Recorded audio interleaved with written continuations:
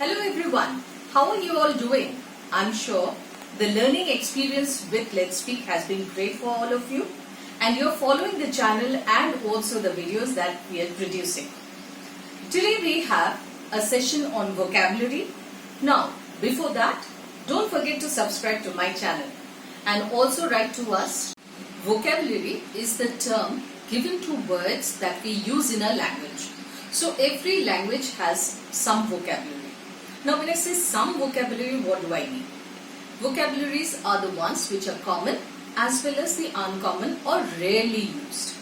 Now the common ones are the ones which we always listen to, which we grow up listening to, and uncommon ones obviously when we are in a formal situation, how do we use the words?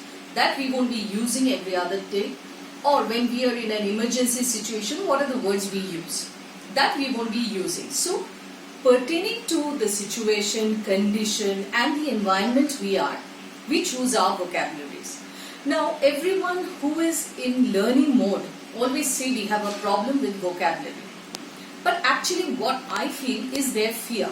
They know the words but they don't have a habit of using it. So how do we improve our vocabulary? See, for us we need to find some easy tips. The first one is playing games. Which games? Word games, of course. You've got lots of options again. You can play a board game, you can play an online game.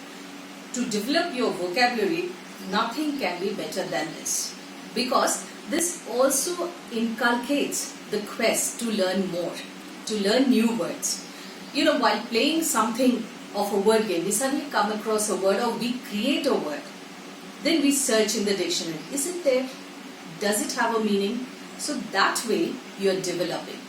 If at all the word is not there, you get something near to it. So that is how you are developing, because you are learning with interest. Then of course there are other ways, easy ones. You have certain words. For example, I will give you no. That's a very common word. Now with no, what are the other words we can develop? Nope, nose, nostril, nocturnal. What else? Likewise, take some syllables. Low, lower. What else can we think of? This way you develop your vocabulary. So you think, you imagine, you develop. That is the best way to learn. For example, we have certain words again which will start with syllables. By the way, what are syllables? Syllables are the words when they are broken into some parts according to sound. For example, mother. Ma plus the. That makes two syllables. We have monosyllables, we have bisyllables, and we have multiple syllables word also. Monosyllables, like I said, no, yes, okay, these are all monosyllables. So likewise, you take up the syllables, create your word.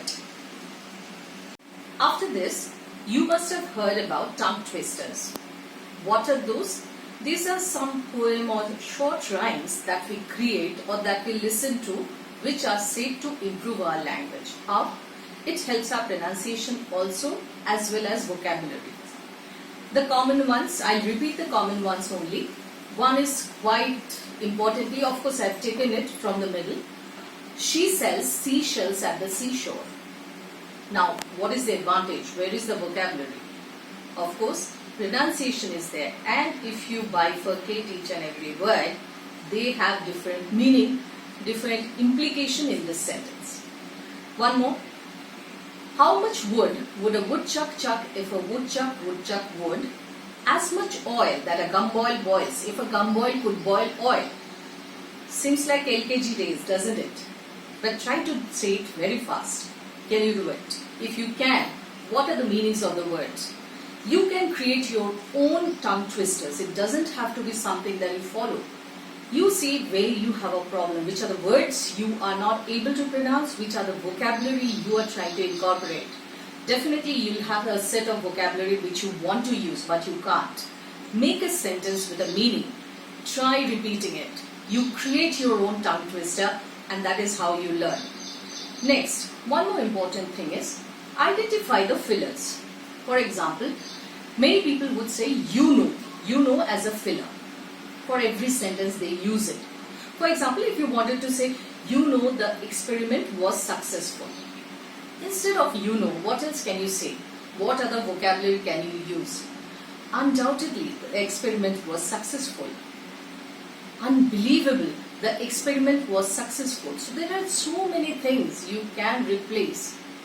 This also takes us to the next tip. Idioms and phrases.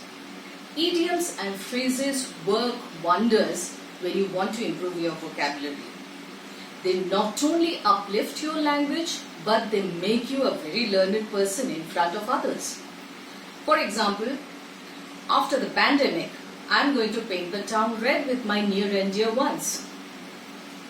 Near and dear ones, paint the town red. So paint the town red is an idiom, which means I have a lot of fun and I'll go around everywhere. Near and dear ones, we always use it. It's a phrase meaning your close people. It could be your relatives, it could be your friends or whoever. So this is how, see, one small sentence, how it gets an uplift if we are using them. So idioms and phrases, of course, we will have one more tutorial based on that, but for you to start with, you can work on that. And diversify your reading habits. If you're a person who only loves to read sports news, please try to read something pertaining to politics or weather or the word why.